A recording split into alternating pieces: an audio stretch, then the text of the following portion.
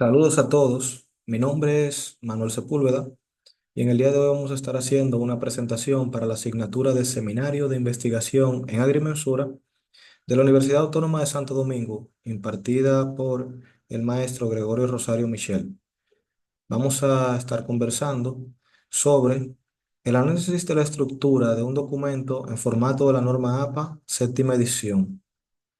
Las normas APA, eh, por sus siglas en inglés, American Psychological Association o Asociación Americana de Psicología, fue fundada en 1892 por 31 personas en la Universidad de Clark en Worcester, Massachusetts, Estados Unidos. Al día de hoy cuenta con más de 121.000 investigadores, educadores, médicos, consultores y estudiantes.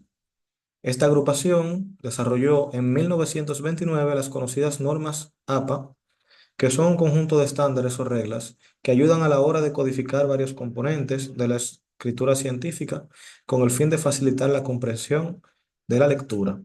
Son utilizadas por instituciones educativas y centros de investigación en todo el mundo para la preparación de manuscritos, para su publicación, así como trabajos de estudiantes, disertaciones y tesis. El manual de publicaciones de la APA es la obra en la cual se describen los lineamientos que conforman su estilo bibliográfico. La versión más reciente es la séptima en inglés y la cuarta en español.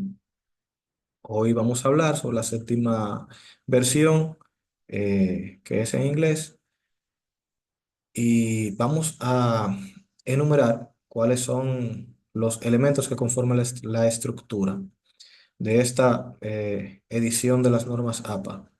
Los documentos en formato APA constan básicamente de una portada, el texto principal y las referencias, pero además pueden incluir elementos adicionales como son el resumen, las tablas, figuras, apéndices y notas. Se organizan en un documento APA de la siguiente manera. Primero la portada, el resumen, texto, referencias, notas, tablas, figuras, apéndice.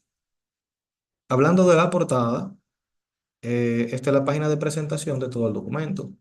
La séptima edición APA ofrece dos versiones de portada, una para estudiantes y otra para profesionales. Las portadas se componen de los siguientes elementos: el título, que debe resumir la idea principal del manuscrito de manera simple y, si es posible, con algo de estilo; el nombre del autor, que las normas APA recomiendan escribirlo, eh, primer nombre, inicial o iniciales del segundo nombre o nombre del medio y el apellido, omitiendo los títulos de doctor, profesor, PhD, etcétera. La afiliación institucional, que identifica el lugar donde se encontraba el autor o los autores cuando se realizó la investigación. Por lo general, se utiliza el nombre de la universidad. También la nota del autor.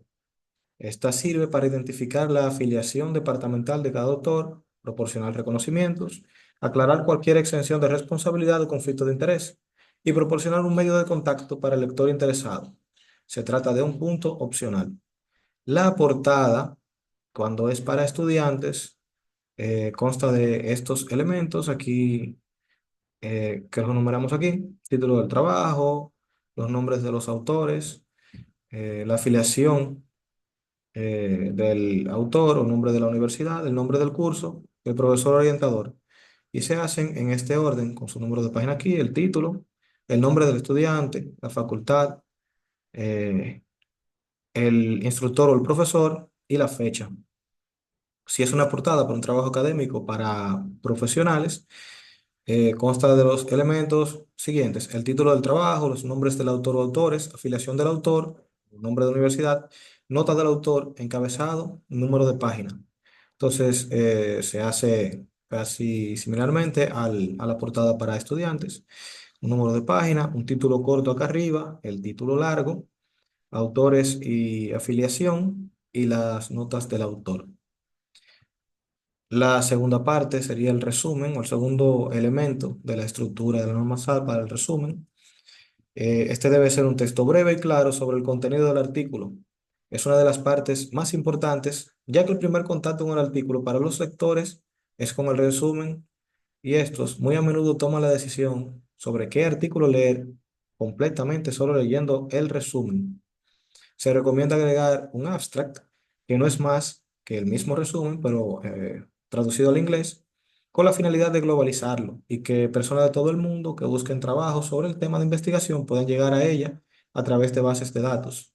Se recomienda que estos contengan un límite de palabras que varía entre las 150 y las 250 palabras. Sus características son que sea preciso, no evaluativo, coherente y legible, conciso. El texto, que es el tercer elemento principal de la estructura de las normas APA, también es conocido como cuerpo del documento. Es la parte del trabajo que está compuesta generalmente de las siguientes secciones. La introducción, que es donde se les recomienda hablar de manera clara sobre las preguntas, objetivos o hipótesis que forman la investigación, y no se debe escribir contenido demasiado específico y que no contribuya para comprensión fácil de los lectores. El método, que en esta parte las normas APA consideran que se debe proporcionar suficiente información para permitir la comprensión de cómo se recopilaron y evaluaron los datos de la investigación. No se recomienda dar detalles completos del paso a paso, sino remitir al lector a trabajos anteriores, donde se informan los métodos de estudios utilizados en la investigación. Otro de los elementos del texto o las secciones son resultados. Aquí se pretende responder a las preguntas o hipótesis de la investigación originales. Aquí se informan los resultados más relevantes y se debe evitar omitir datos del estudio al máximo, aunque en muchas ocasiones es inapropiado informar absolutamente de todos los datos. La última sería la discusión, que es donde se evalúan e interpretan las implicaciones de los resultados, especialmente con respecto a las hipótesis originales. Se examinan, interpretan y califican para sacar las conclusiones de ellos.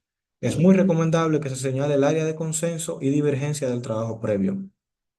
El número 4 serían las referencias, que son un conjunto de datos bibliográficos que permiten identificar cualquier documento utilizado en el trabajo de manera expresa. Cabe resaltar que todos los documentos formateados con el estilo APA deben tener una lista de referencias. Acá tenemos un ejemplo de una lista de referencias que en una ocasión posterior, vamos a detallar. Las las notas en las normas APA de la séptima edición se permite que sean tanto al pie de página como al final. Las que son al pie de página se usan para complementar el contenido y para hacer atribuciones de derecho de autor. Las notas pueden ser de contenido o de copyright. Las notas de copyright, las notas de contenido, perdón, deben ser utilizadas para complementar o amplificar algún tipo de información de manera sustancial en el texto.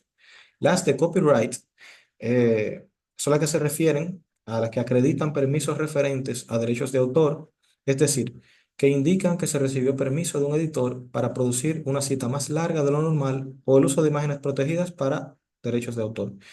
Estas notas pueden ir al pie o al final de la página. Las que son al pie de página que tenemos acá como ejemplo son las que deben de agregarse en la parte inferior de la página del texto en la que aparece la nota. Aquí vemos cómo se hace esta pequeña cita, por ejemplo con un 1, en esta se hace con un 2, y las notas están al pie de la página. Las notas al final se agregan en una página separada ubicada después de las referencias. Aquí tenemos un ejemplo de lo que es una nota al final, que es en una página aparte, luego de la parte de las referencias. Otra parte de la estructura son las tablas. Estos son elementos compuestos de columnas y filas donde se presentan números, textos o una combinación de ambos. Se compone de un número de tabla, que es la numeración, ejemplo, tabla número 1, tabla número 2. Se recomienda usar negrita. El título, que se recomienda que sea breve y se recomienda que sea en cursiva. El encabezado, que es con un pequeño subtítulo que se usa para subtitular cada columna. Se sugiere centralizar estos encabezados. Y el cuerpo, que son todas las filas y columnas que componen la tabla. Se recomienda centrar los textos y según el caso se puede alinear a la izquierda con el fin de aumentar la legibilidad. También se pueden agregar notas que se usan para describir contenidos de la tabla que no pueden entenderse solo con el título o con los mismos datos. Un ejemplo de una tabla. Aquí tenemos los elementos citados, que es la tabla número 1, por ejemplo, el título que lleva, los encabezados de cada columna, el cuerpo, que es la totalidad de la tabla, ¿no? Y la nota, que como habíamos dicho, se usa para eh, dar más claridad a lo que se quiere indicar con la tabla. Tenemos las figuras, que son todos los tipos de elementos visuales que no sean tablas y tienen la misma configuración general que estas últimas. Se consideran figuras las ilustraciones, infografías, fotografías, gráficos de línea de barras, diagramas de flujo, dibujos, mapas, etcétera. Se pueden colocar de dos maneras en el texto, o incrustándose después de ser mencionadas por primera vez y agregando cada figura en una página separada después de la lista de referencias o después de las tablas, si las hay.